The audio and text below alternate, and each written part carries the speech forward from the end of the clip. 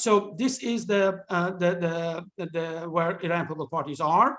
So this is Iran National Front is struggling against both first the Shah's dictatorship, then the fundamentalist dictatorship.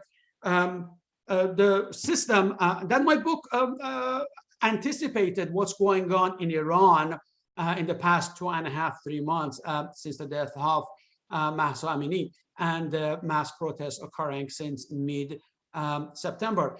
I have a whole chapter on political situation in Iran with the same title as this slide. I discuss a crisis of legitimacy. The fundamentalists have political power, but they don't have authority. They have overwhelming majority of Iranian people simply do not want that. There is a crisis of succession to the supreme leader. If I ask the audience here, and I suspect most of us are scholars of Iran, political scientists, historians, sociologists, and the like, who would be the next supreme leader? What are we going to say? Mojtaba Khamenei or Alam al-Huda or Raisi? None of those seem to be even acceptable to most fundamentalists who constitute small proportion of the population. And how would they be able to impose that person to the rest of the population? And the economic crisis that they are suffering from. So I'm going to end here. And obviously in this half an hour, I was not able to talk about the whole book. I have a whole chapter on INF's ideology, platform, strategy, leadership. And I would like to use this moment as a shameless plug for my book. Read it, that chapter. All right, so I'm done. Thank you so much for that wonderful presentation, Dr. Kazemzadeh. Truly fascinating. Again, y'all in the audience can ask questions either by using the Zoom Q&A chat or the Zoom Q&A, or you can send those to media@iran1400.org. While y'all get your questions sent in, we have a few quick announcements from the Iran 1400 project. We met with the advisory board earlier this week, and we're looking forward to continuing to align the vision of the project with the needs of today's Iranian society. And as we all know, there is a lot going on in Iran right now. If y'all have any comments, or if you'd like to contribute to talking to this discussion that we have about what Iranians in Iran would like in their society, in their country right now, please feel free to check out our website and contact us through there, or you can email us at media@iran1400.org. We look forward to receiving information from all insights, all kinds of people. It's really, truly the mission of the project is to accurately represent what Iranians themselves would like for their country. So please don't hesitate if you have any thoughts or ideas on that. Also, we are hoping to host a Twitter space soon that will actually be in Farsi. So for the Farsi speakers in our audience, you can follow us on Twitter at Iran 1400 Project. We are hoping to touch on the question that I just mentioned, what Iranians would like to see in Iran. That is essentially the big idea that we're hoping to address in our Twitter space. And lastly, given what's going on in Iran right now, please do check out our website. We have content about the history of the women's movement, the future of the women's movement, and we even have a few spotlighting and author events that touch on it that we've had since the protests have started. So they're like today, I'm sure as we'll be getting into it, there are past events as well that we've touched on the protests and what they mean for Iran. All right, enough of me rambling. Let's get on to the fun part, the Q&A session. Please send those questions in the comments. And while we wait for those to come in, I will start off with a question of my own. So Dr. Kazemzadeh, as you noted, this book only goes up until late 2021. Obviously, a lot has since transpired in Iran since then. Could you talk about the actions that the INF has taken since the beginning, or since the protests have begun in Iran? First and foremost, these protests are really spontaneous. No individual, no political party has started this. I wish the INF or some great individual had that much power to ask Iranian people. But the process is really, really complex. There are long-term antecedents of what we are seeing, medium-term antecedents going on, and those short terms. Obviously, in the past 40 some odd years, because INF and all other political parties were active, they had undermined the legitimacy of the fundamentalist regime. One may go even further back. 1905, 1911 constitutional revolution created a historical memory for Iranians. So Iranians have had lukewarm democracy from 1905 until 1921, at least, and certainly 1925 to some extent. And then after Allied invasion of Iran from 1941 until 1953, Iran enjoyed lukewarm democracy. So Iranians have this historical memory of having democracy. The Iranians know who Mossadegh is. Iranians are familiar with democracy. They have lived through it. Those exist in Iran that may not have existed in countries that never had a democratic history, democratic political parties, democratic ideas existing in their recent memory. By recent memories, I mean the previous 70, 80 years or so. So that medium range, there was a lot of internal conflicts within fundamentalist oligarchy. Certainly the reformist and expedients, Rafsanjani, Rouhani, not going along with what Khamenei wanted to. That also undermined the regime's legitimacy. Certainly the 2009 elections did to some extent. And then we had those mass protests in December 2018, and then November 2019 mass protests.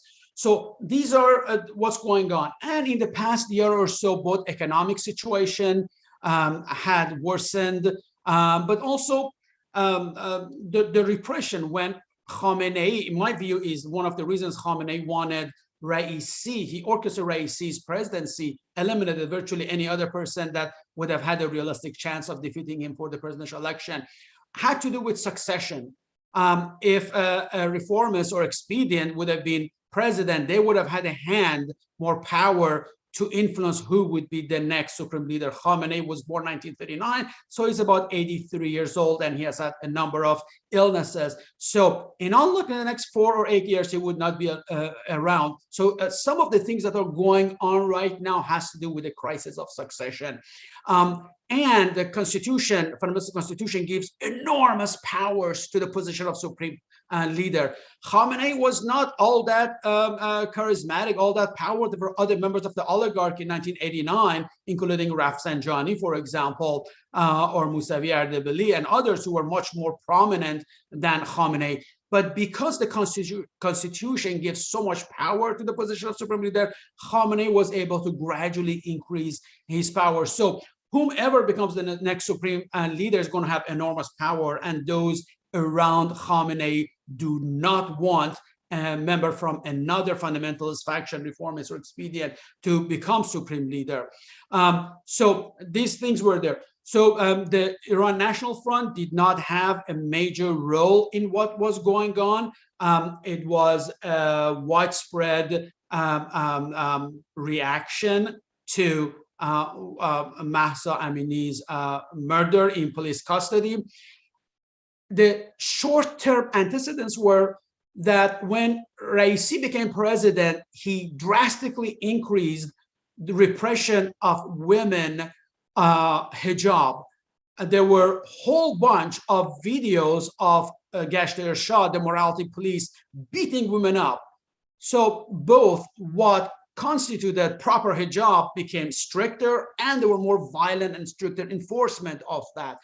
On the other hand, we have to give credit to some individuals, for example, Masih Ali-Nejad and her very, very popular both television program and social media brought resistance to hijab as legitimate. From the get-go, from 1979, when Khomeini came to power, he said all women have to wear hijab.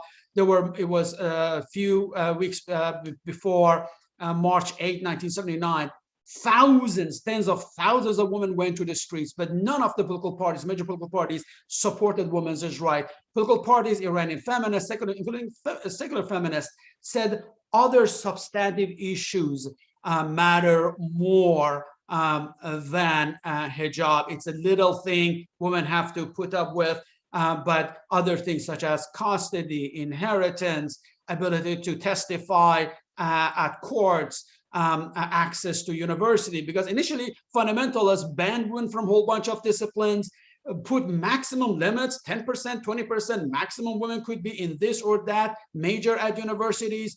And later on, they were repealed because of women's struggles. So many other women's rights activists and political parties didn't pay attention to that, but few others did. So what we are seeing, the young generation is much more willing to oppose hijab than older feminist and women's rights activists, and certainly all political parties. So the National Front, like all political parties, had minimal role in the recent protests, but right away, the day after Mahsa Amini's murder, INF issued statements on it. They have issued over a dozen statements on it. They participated in protests. 4 years ago, INF had a program said how to resolve the crisis going on. So many groups, including INF, had anticipated and hoped for a major protests.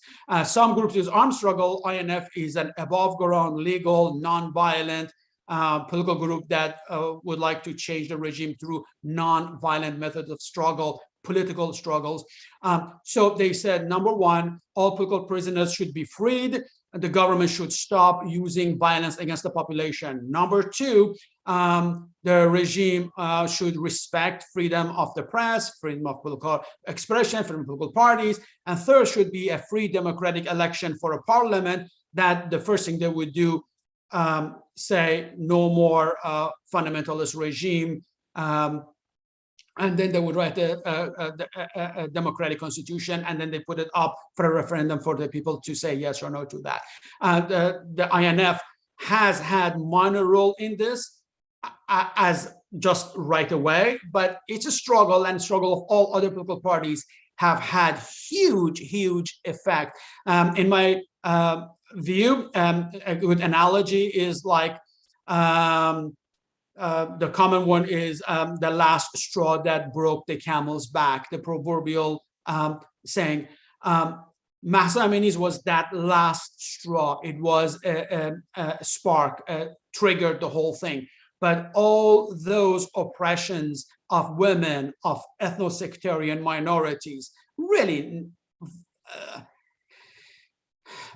Islamic ideology, as I mentioned, that it targets ethno-sectarian minorities, including Sunni Muslims that constitute at least 10%, possibly up to 15% of the population, while there's a de jure, de facto discrimination. And all others, Baha'is, have even less rights, Jews and Christians and Zoroastrians and agnostics and atheists. So the regime for 44 years has been oppressing virtually 80+% of the population. So those were the previous straws that accumulated. And so the various groups have come out with their own grievances. Bazaris, workers, physicians, lawyers, they all have been on the streets in the past 2.5 months. So INF expected that, hoped for it, struggled for it, but it did not have a direct role. And in a way, it's a good, because if INF had that direct role, all Khamenei IRGC had to do, go arrest the #1 leader of INF, Dr. Hossein Mousavian, put him in jail, torture him, bring him on television. If he didn't apologize, they would simply kill him, as they have killed more than 500 people on the streets, and they executed one of the protesters yesterday. So if it was one person, if it was one political party inside Iran, the regime could have easily suppressed it by killing the leaders. But because it is a leaderless movement, the regime does not know how to handle it. Thank you so much for that incredibly interesting response. It's also, I'm very much looking forward to keeping up with the INF and the steps that they're going to take as the protests continue. Thank you for that great update. The next question comes from Richard Garlitz. He asks, can you address similarities or significant differences you see between the cycle of protest and repression in contemporary Iran, 1999, 2009, 2022, and those that happened periodically under the Shah, 1953, 63, 77, and so forth? The point is, when a regime is authoritarian, the point is, does a majority of the population consider that legitimate or not? Some populations might. A democracy is not a desired, legitimate form of political system for all populations. In Iran, we have had the 1905 revolution, constitutional revolution. So Iranians have been struggling since at least 1880s to have the rule of law democratically promulgated, written, not by a king or Ayatollah says this is it. So Iran has a long, over 120 years of struggle for democracy. Iran did have lukewarm democracy from 1906 until 1925 to a large extent, on and off. There were good elections, not perfect, but at least in major cities there were. Reza Shah assumes complete power, gets rid of all that stuff. But even Reza Shah kept the Majlis as a rubber stamp. He had fake elections. The same thing with the Shah. So it is better to have fake elections than no elections, because people see the regime is trying to gain legitimacy. Reza Shah, Mohammad Reza Shah said, hey, I respect, I take an oath on the constitution. They violated everything from A to Z. But having a constitution, having a Majlis, having the king, Reza Shah, Mohammad Reza Shah, hold fake elections that who would win would be decided by the Shah and the Savak in later years, earlier by gendarmerie and stuff like that. But that socializes the population that there is a different way than one-man tyranny. So Iranian population political culture includes feeling the right to vote for a parliament, to have political parties, to be able to say what you want without being killed, tortured, fired from your job, expelled from university. Other societies may not have had that history. So because those 1953, and then as soon as President Kennedy puts pressure on the Shah to make reforms, to give women the right to vote, to make land reform, to stop taking an oath to the Quran as precondition to hold high offices, which that's one of the things the Shah went back, but because of the opposition from clerics, and Ayatollah Khomeini, for example. But the Kennedy administration pressured the Shah to make those reforms. The Alliance for Progress, President Kennedy's view was those who make peaceful reforms not possible, make violent revolutions inevitable. So President Kennedy pressured that in Latin America and on the Shah. So when the Shah tried to reduce repression a little bit, INF was reborn and regrouped, and Mossadegh was still alive, but he was put under house arrest in his house in Ahmedabad. So because the Shah was not regarded as legitimate, there were those mass protests. Iranians have had those tools in their historical toolbox. The same thing, President Carter gets elected, Iranians thought, oh, he's liberal Democrat, and he talks about human rights. Therefore, both Iranian people, opposition group, Iran National Front in particular, but also the Shah himself thought that the Shah has to reduce repression. So there was that because the Shah conceived himself as a puppet of the British first and then the United States. So, and he saw presidents such as Truman was much more supportive of democracy in Iran. He refused to allow the CIA to make a coup against Mossadegh, despite a lot of pressure from the British. Whereas Eisenhower said, yeah, go overthrow Mossadegh. All of these things matter, and they matter greatly. So when Carter was elected, the Shah thought he has to reduce repression. INF folks thought that, wow, this is like more, the US doesn't want the Shah to be as repressive. Liberal democracies, they have puppets in the third world, but there is a limit to how much violence they tolerate. So the Shah could not kill 10,000, 20,000 Iranians because that would look bad on the US, the Carter administration, for example. So, because Khomeini came to power, although he had among all political parties a plurality of support, it wasn't 80, 90% of the population. There were liberal Democrats, there were liberal Islamists, Bazargan, Bani Sad, who got millions of supporters. There were leftist Islamists, such as the PMOI. There were communist groups that were powerful, at least among university students, but also among some other sectors of the population. Women's groups that were not necessarily part of any political party, but they resisted the ultra misogynistic policies of the fundamentalists. There were ethnic minority parties that were unhappy with the Shia fundamentalist sectarian bigotry that was in the constitution and de facto de jure policy of the fundamentalist regime. So there was a lot of resistance going on. So Iranians have a history of mass protests. When the regime murdered a whole bunch of intellectuals, including Dariush Forougher and his wife Parvaneh Iskandari Forougher. Something like, I looked at the videos, a lot of people say 50,000, 80,000 people participated in that funeral. Yeah, you see it as far as the eye could see. There were large tens of thousands of people came here, and the government could not be killing 50,000 people by machine guns or things like that. So, and particularly because Khatami had been elected a year earlier, 97, and there were differences within the fundamentalist oligarchy, how to respond to the crisis.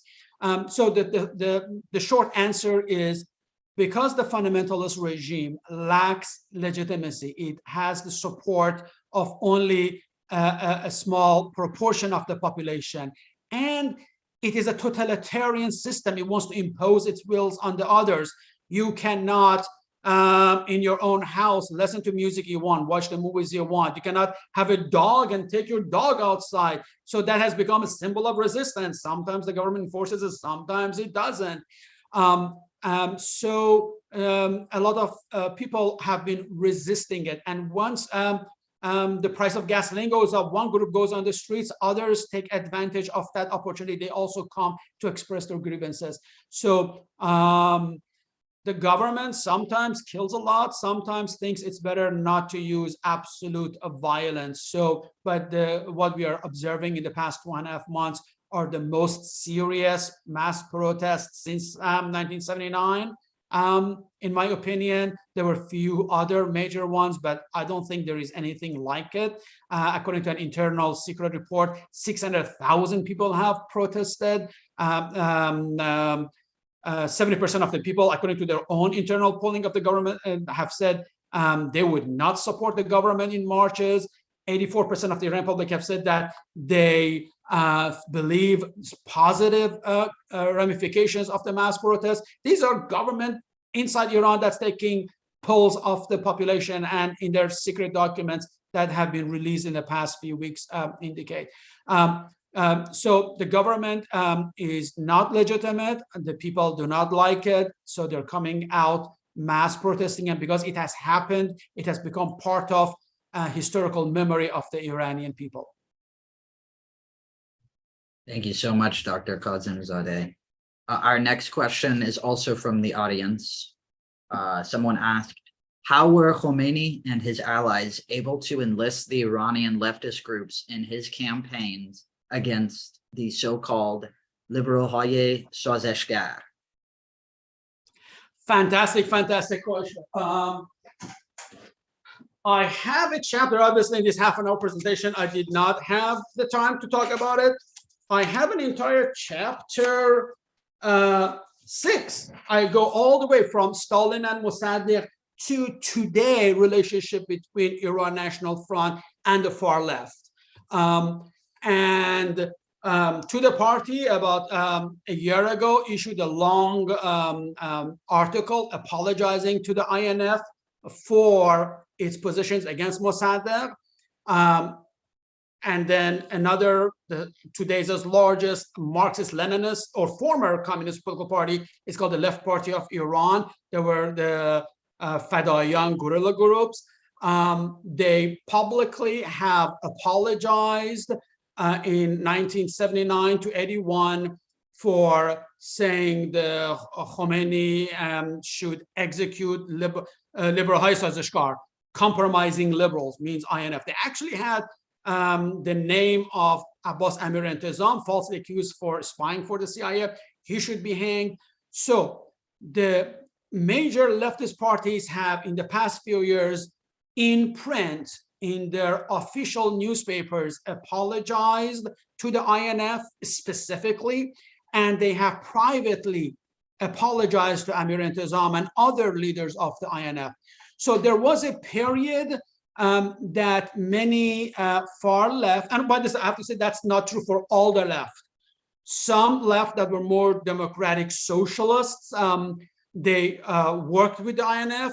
One that was not democratic or Maoist, they were not happy with Moscow's view, called Ranj Baran. They sided with INF in the 1979 to 81 period. But the two or three largest leftist parties, the Tudeh Party and the Fadayan Aksariyat, did have a very negative view. And their view was that they were afraid that if liberal Democrats come, they consider INF to be the representative of the national bourgeoisie. They have changed that analysis. So they thought these are modern, upper middle class folks, lawyers, physicians, professors. They come in, they create a stable, legitimate democratic system that would be social democratic, liberal democratic, would have good relations with Western Europe, with the United States. At the height of the Cold War, Soviet Union and the far left considered their primary enemy to be the United States and its junior partner, the Europeans. So they thought the world is in this struggle between Soviet Union and the imperialist West, United States, and INF wants a liberal democracy. Social democracy would be close to European social democrats and American liberal democrats. That would not be good for the far left. They thought Khomeini is this right-wing, violent, but he's anti-American. So they said he's the leader of the anti-imperialist bloc, and they wanted to use him to get rid of the liberals and other leftists. So the PMOI, the Maoists, or all others.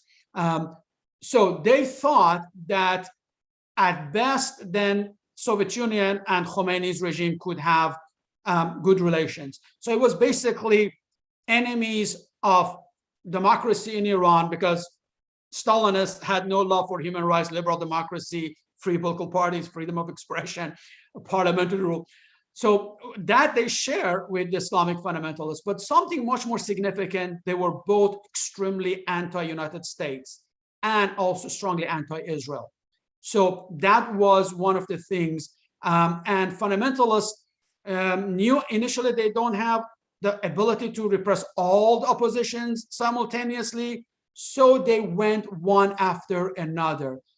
Once they went after the ethnic parties, then after women, then after secular liberals like the National Front. Khomeini said in June 1981, Mossadegh, who had died in 1968, is an apostate. INF is an apostate because they opposed some laws. Khomeini said they are part of Sharia, cutting off hand of thieves and a whole bunch of other things. And then later on, Khomeini also went after left, and in a few years later, 83, they also went after Fadayan, and they went after Tudeh Party. Try to answer it is, please read that chapter. I go into the history of it. Right now, the left has woken up. Left Party of Iran right now has very, very, very good relations with Iran National Front organizations abroad.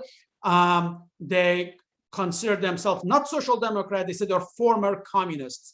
They are the largest leftist party in Iran, and they are now particularly since Raisi became president, particularly after the mass protests, have become even closer with the Iran National Front. So today we are seeing a sort of what we saw in the 30s and 40s, a Popular Front anti-fascist coalition. The leftists are allying with Iranian liberal Democrats and social democrats against the far-right Islamic fundamentalists. So we are seeing that today, and that is, in my opinion, absolutely wonderful that we are seeing this. And Iranian INF welcomes the support from the far left. But for a while, fundamentalists were able to use Iranian leftists that way. They were also very able to use leftists around the world, in Latin America, in US, in Europe, basically use them as useful idiots because they were anti-American imperialism. They did not have a good understanding of the reactionary nature of fundamentalism. So if you're Iranian Marxist, fundamentalists killed you. During the massacre of political prisoners, they put the Quran in front of Iranian Marxists and says, is this the word of Allah? They said no, or they refused to answer. They were killed within a week or two. 1,000 Iranian Marxists were mass executed, all political prisoners. They hadn't done anything. They were in jail for many, many years. So fundamentalists and their supporters outside Iran have been very smart in manipulating the leftists in the US, in Europe, in Latin America. Basically, I'm against the United States, I'm anti-imperialist, I'm against Israel, I'm anti-Zionist. So that had made them to consider that. Also with the collapse of the Soviet Union, many who were anti-American that had embraced leftism say, well, there is no more left opposition to United States. Fundamentalists are there, so sort of support that. But if somebody actually believes in socialism, in human rights, women's rights, secularism, progressive thought, there is no way they could ally with far left Islamic fundamentalists. Fascinating. Thank you, Dr. Kazemzadeh. A reminder that y'all can still submit questions in the Q&A section. We will be wrapping it up soon, but we have a little time. Also, Reza Afshari is raising a hand, so we are able to unmute you if you'd like to ask that question, Dr. Afshari. Oh, please, please. I would love to hear what Mr. Afshari has to say. Let's see. Are you able to unmute yourself? I'm supposed to unmute him? No, I'm seeing if he can. I or you, let's unmute Mr. Afshari. Let him ask any question he wants. Go ahead. Please do it, Mr. Martin. Unmute him. Let's see. Let me say blanket. I would invite everybody to ask me any questions you want. Please, please, no muting here. Thank you. Thank you. He's having trouble unmuting. So let me see. I see a little thing. Let me try. I'm seeing this thing. I do not know how to unmute him. Well, we're chatting with him right now. We're going to see if we can do anything. But until then, let's ask the next question that we have in the chat from Hamnaz. Is this communist / far less leftist cooperation with the National Front a tactic? And how reliable are they for not backstabbing the National Front? Very, very good question. The Tudeh party publicly asked to form a Popular Front with INF. INF has not responded to them, neither INF in Iran nor INF organizations abroad. INF organizations abroad is cooperating with the left party of Iran for the past 3-4 years. So they are cooperating. Is it possible they would backstab? I have an actual answer to it. I have a chapter called Criticism of INF. Why is the INF willing to cooperate with the left party of Iran? And I said, well, there is no more Soviet Union, so we are not worried about these big, scary superpower on the borders of Iran cooperating with the Tudeh party or with the Azerbaijan Democratic Party to secession or backstab. So there is no big superpower behind them. They have explicitly publicly said they were wrong to embrace dictatorship. Stalinism, Soviet-style dictatorship was wrong. They were fully supportive of that, but they were wrong. So they have actually come out and criticized, condemned the ideological basis of Marxism, of Leninism and Stalinism and the Soviet system. They said they call themselves former leftists, or they are not hiding anything. They say that they believe there should be capitalism. They just look around, just compare West Germany, East Germany, North Korea, South Korea. So they see capitalism is the goose that lays the golden egg. You do the other Stalinist version, you get mass poverty and starvation and backwardness. So they see all of that. So they're not even calling themselves Euro-communists, they call themselves former communists. So they say capitalism has positive stuff, democracy is good, so they're embracing democracy. And they have publicly apologized to the INF for their earlier positions. Now, is it possible later on they change? It is possible. There are some individuals within it, and actually I name it in my book, but because they're not here, I don't want to say it, that they were saying that the leftists should side with the reformist faction of the fundamentalist oligarchy. But those 2 or 3 individuals within Left Party of Iran have been isolated. The factions that say we should work with Iranian Democrats, liberal Democrats, social Democrats in an anti-fascistic, anti-fundamentalist broad coalition, they have the upper hand. So if we believe they're going to backstab us, obviously we would move away from them. But at this point in struggle, INF considers the primary enemy to be the fundamentalist regime that is killing people on the street. And its supporters outside who try to promote appeasement of the fundamentalist regime, undermine the mass protests in Iran. And at this point, INF would like all parties who believe in a democratic Republican political system and civil society organizations, women's groups, student university groups, labor organizations, to bazaris, physicians, lawyers, in a broad-based coalition to resist, put pressure. They hope the fundamentalist regime would collapse, and then you should have a lot of parties together so there would not be a vacuum, there wouldn't be chaos in the post-fundamentalist Iran. So they could have a year or 2 to allow free elections for a parliament. So is that possible? Yes. Is it likely? In my opinion, no. But we should always have our eyes open. It's always wonderful to have more Democrats. But what do you do in a society that democratic forces are maybe a plurality at best? But what are we supposed to do with non-democratic parties, or parties who historically were not democratic, but today we believe they are, or they might be? So if INF had the support of 80-90% of the public, wouldn't need to talk with any other non-democratic, it would have gone overthrown the regime. The point is, INF is not strong enough by itself to overthrow the fundamentalist regime and establish democracy in Iran. So it has to cooperate with other parties. That is the art of politics, the art of possible. You try to do what you could. When Mossadegh came to power, we had much smaller, modern middle class Iranian people, because Mossadegh had that charismatic appeal. He was able to mobilize folks and to accomplish what he wanted to. Today, we have a much, much larger modern middle class. The level of literacy is much, much higher thanks to social media, internet. Iranian people are aware of a whole bunch of stuff. So the possibility of democracy today is much higher. The primary obstacle to democracy in Iran is the fundamentalist regime, its coercive apparatuses, and bad policies by governments around the world that appease the fundamentalist regime. Thank you so much for that answer. We have a quick follow-up from the same person who asked the question. They said, I read today that the Rahe Today opinions are still extremely and dogmatically left and hark on the US with every opportunity, and in fact support the factions and individuals of the Islamic Republic that are also dogmatically anti-US. Great. So go ahead. To the party, I think there is one real faction, and they have 2 or 3 that used to be others that there. Yeah, if there is somebody like that, it should be condemned. Yes, they're not the only one. There's several other extreme Marxist-Leninist groups.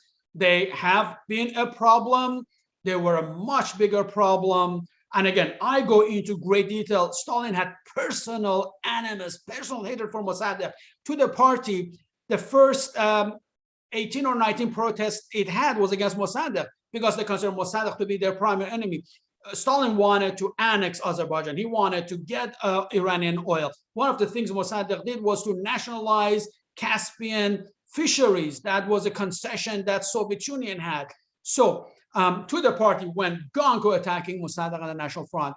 After the revolution, the Tudeh party on its newspaper had a noose and said liberals should be hanged. So yes, there was a problem with the far left against Iranian Democrats. That has been the case. I document that. So there's a whole chapter on this. We have to be very worried from the far left. But the point is, Tudeh party is very, very weak today. It is not what it was 1941 to 1950s. So it does not pose a major threat. There are a dozen or so people usually living in actually Germany, maybe say something.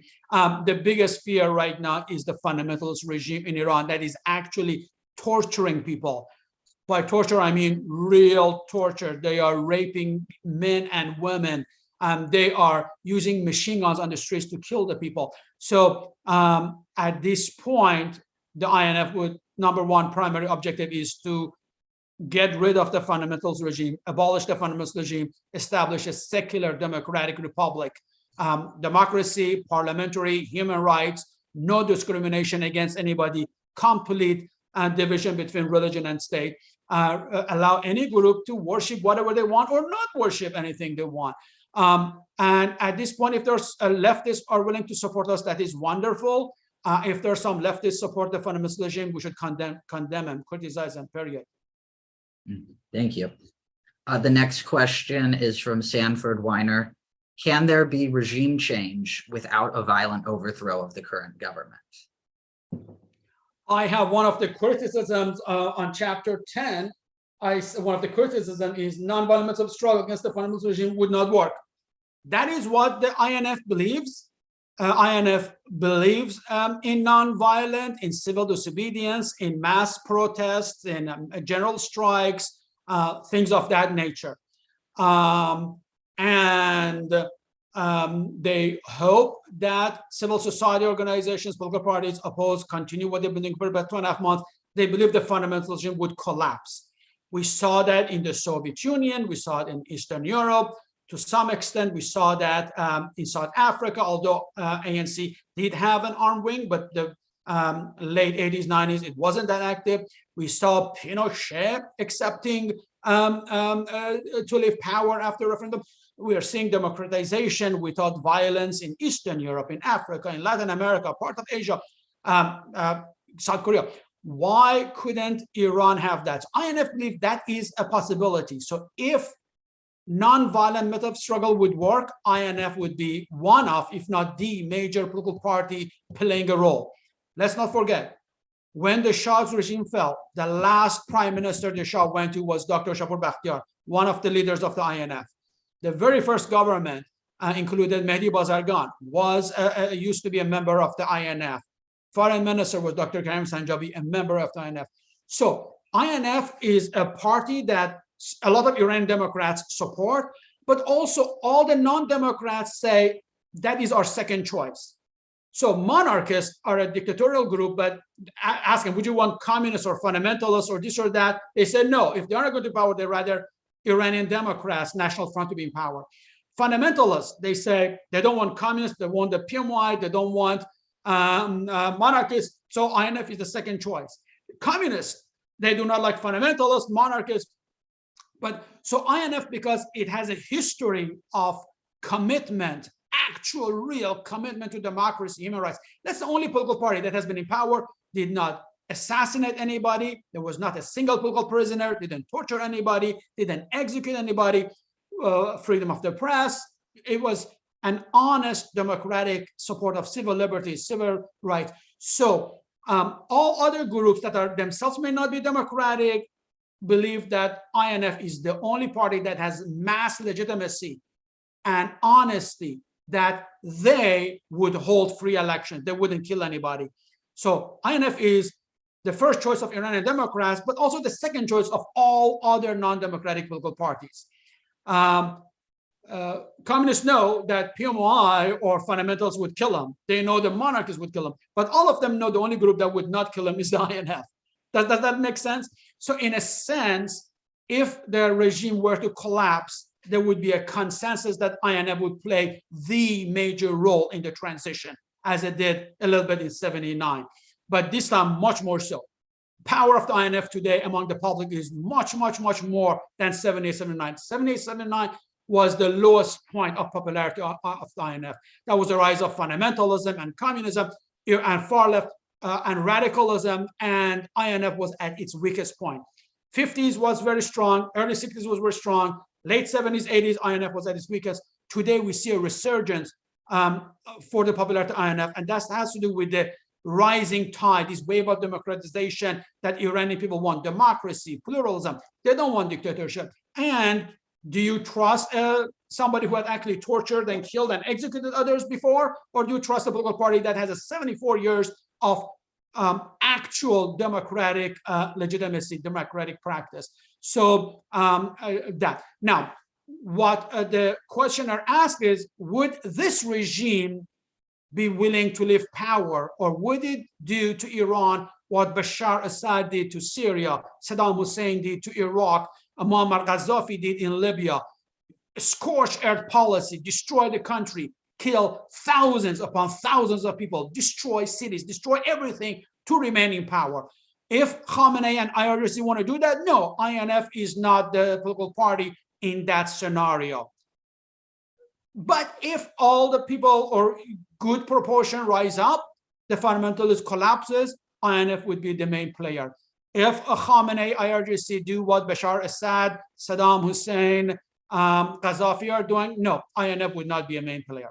Then either Iran would suffer what people of Syria, Iraq, Libya have suffered, or it would be overthrown. Let's not forget what happened to Muammar Gaddafi. That might happen to Khamenei and Moshtaba Khamenei as well. So we do not have a crystal ball to predict, but we can understand the possibilities and scenarios.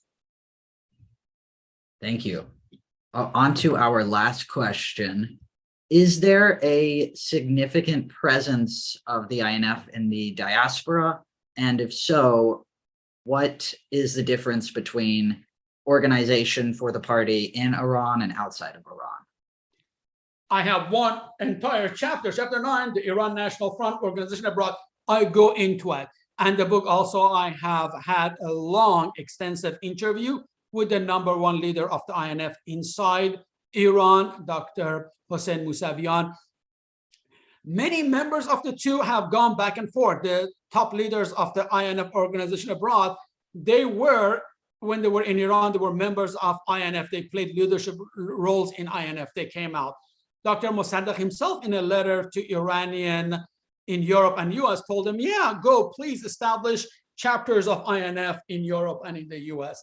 So there is actual connections between individuals, but organizationally, they are completely independent from each other.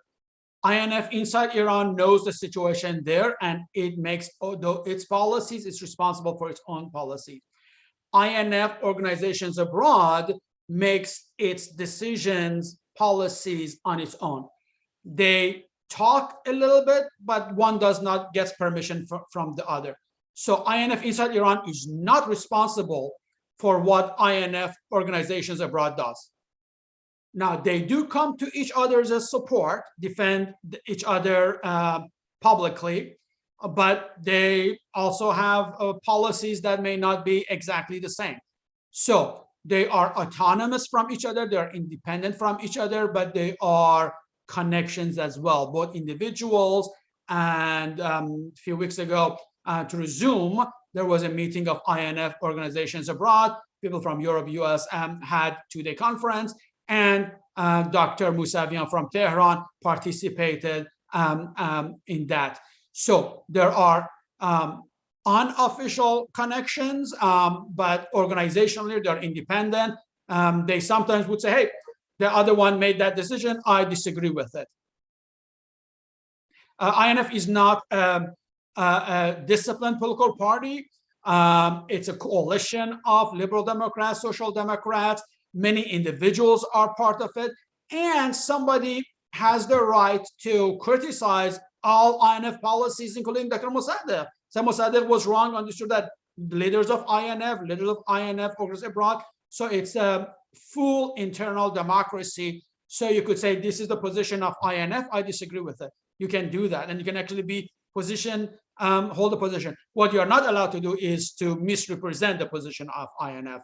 So, but you, as long as you say that's the position of INF, that's the position of the INF organizations abroad, and this is my own position. You have freedom to express your own view that might differ from other of those two organizations. Mm-hmm. Great, thank you so much. I know I said that that was the last question, but real quickly, we had two more comments that I can put into one. What book do you recommend for an unbiased narrative of events in Iran during Mossadegh's premiership? Does your book cover that period? I believe your book does cover that period, correct? Yes, outside of your own book, what other books would you recommend? Mohammad Kazemzadeh has a book called Mossadegh's in Power. I believe that is by far the best one. So other than mine, I recommend Mossadegh and the Struggle for Power by Dr. Mohammad Kazemzadeh. These two are the best books on Mossadegh, mine and his, I believe. From a leftist perspective, Dr. Abrahamian has done fantastic work. I like his work. I disagree with some of his analysis. I'm not as far left as he is. So those are the differences. But I think Kazemzadeh's book is a very, very good, very objective. And sometimes there's some objective facts that I think we all agree. But when it comes to analysis, our own normative attachments, our own subjective ideological things might come in, which is normal, natural. And the more perspectives we hear, 2, 3, 4, we get a richer understanding of what's going on. For the Mossadegh period, I would say my book and Dr. Kazemzadeh's book are much more detailed. My book, I have access right now to a lot of the documents released by the US State Department, includes a lot of CIA's own stuff. So my book for the first time utilizes recently declassified US government stuff.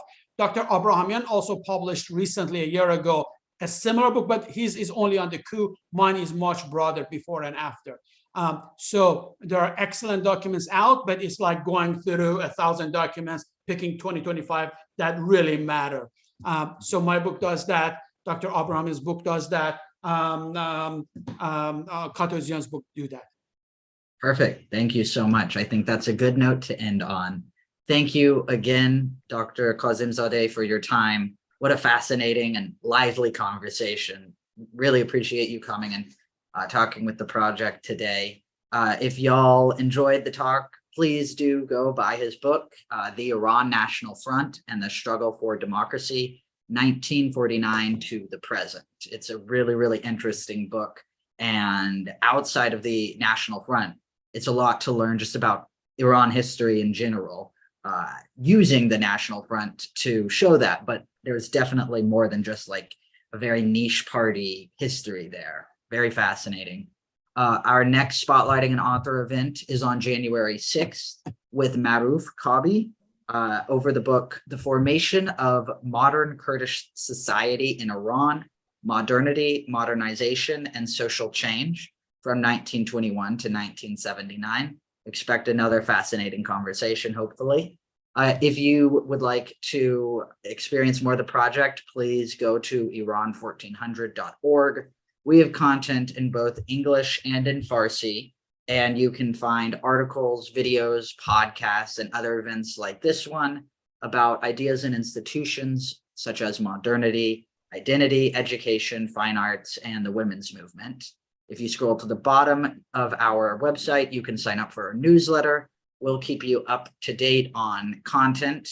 On that note, we have a series of articles in Farsi coming out by Ali Ashgar Hagdar about political parties in Iran. We're also hoping to translate that into English. So that could definitely directly connect with the event that y'all watched today.